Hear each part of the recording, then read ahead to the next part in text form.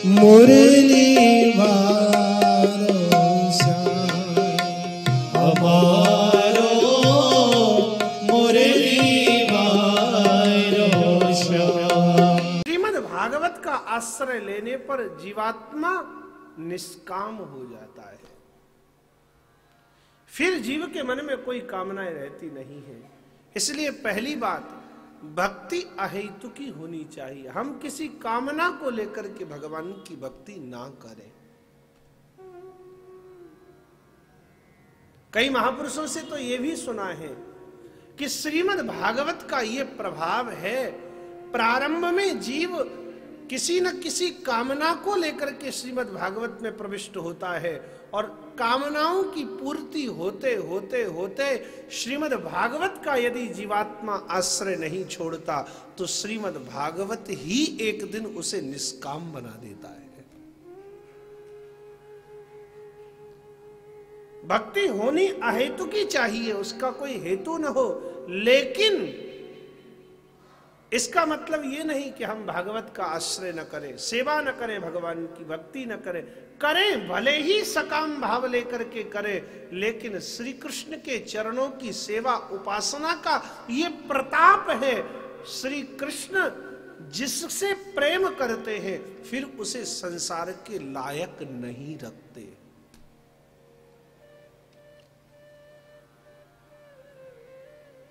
इसलिए भक्ति की पहली विशेषता, भक्ति अहेतुकी होनी चाहिए। जाहि न चाहिए कबहु कछु, तुम सन सहज स्नेह, बसहु निरंतर तासु उर, सो राउर निज गेह। और दूसरी बात, भक्ति में निरंतरता होनी चाहिए। जब तक हमारी भक्ति में, जब तक हमारे प्रेम में, जब तक हमारी सेवा में, जब तक हमारे भजन में निरंतरता, कंटिन्यूटी नहीं होगी, तब तक उसमें कुछ फल प्राप्त होने वाला नहीं है। हम लोगों का एक सहज स्वभाव बन गया है, हम लोगों का एक सहज जीवन शैली ऐसी बन गई है कि हम लोग किसी कार्य में जब लगते हैं तो बड़े जोश के साथ लगते हैं। 10 दिन, 20 दिन, 25 दिन तक लगेंगे और बाद में धीरे धीरे वो जोश ठंडा होता जाता है। कथा में जब भगवान नाम की बड़ी महिमा सुनी, मन में निश्चय कर लिया अब तो कम से कम 10-20 हजार भगवान नाम का जब नित्य प्रति करूंगा, कम से कम ज्यादा नहीं हो तो 21,600 नाम तो रोज ही लूंगा। क्योंकि कथा में सुना है 21,600 श्वासें जीव नित्य प्रति लेता है।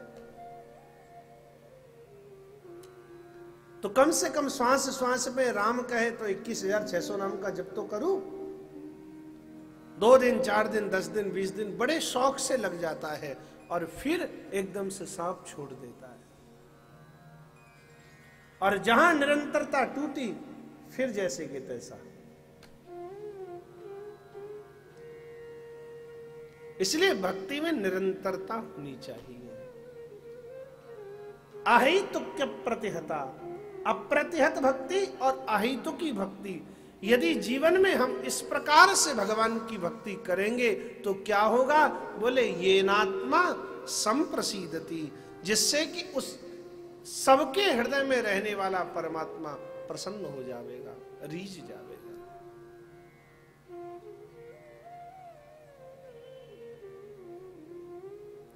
और श्रीमद् भागवत की प्रवृत्ति इसीलिए है, श्रीमद् भागवत का मार्ग निर्देशन यही है कि हमें भगवान की भक्ति कैसे मिले। मुरली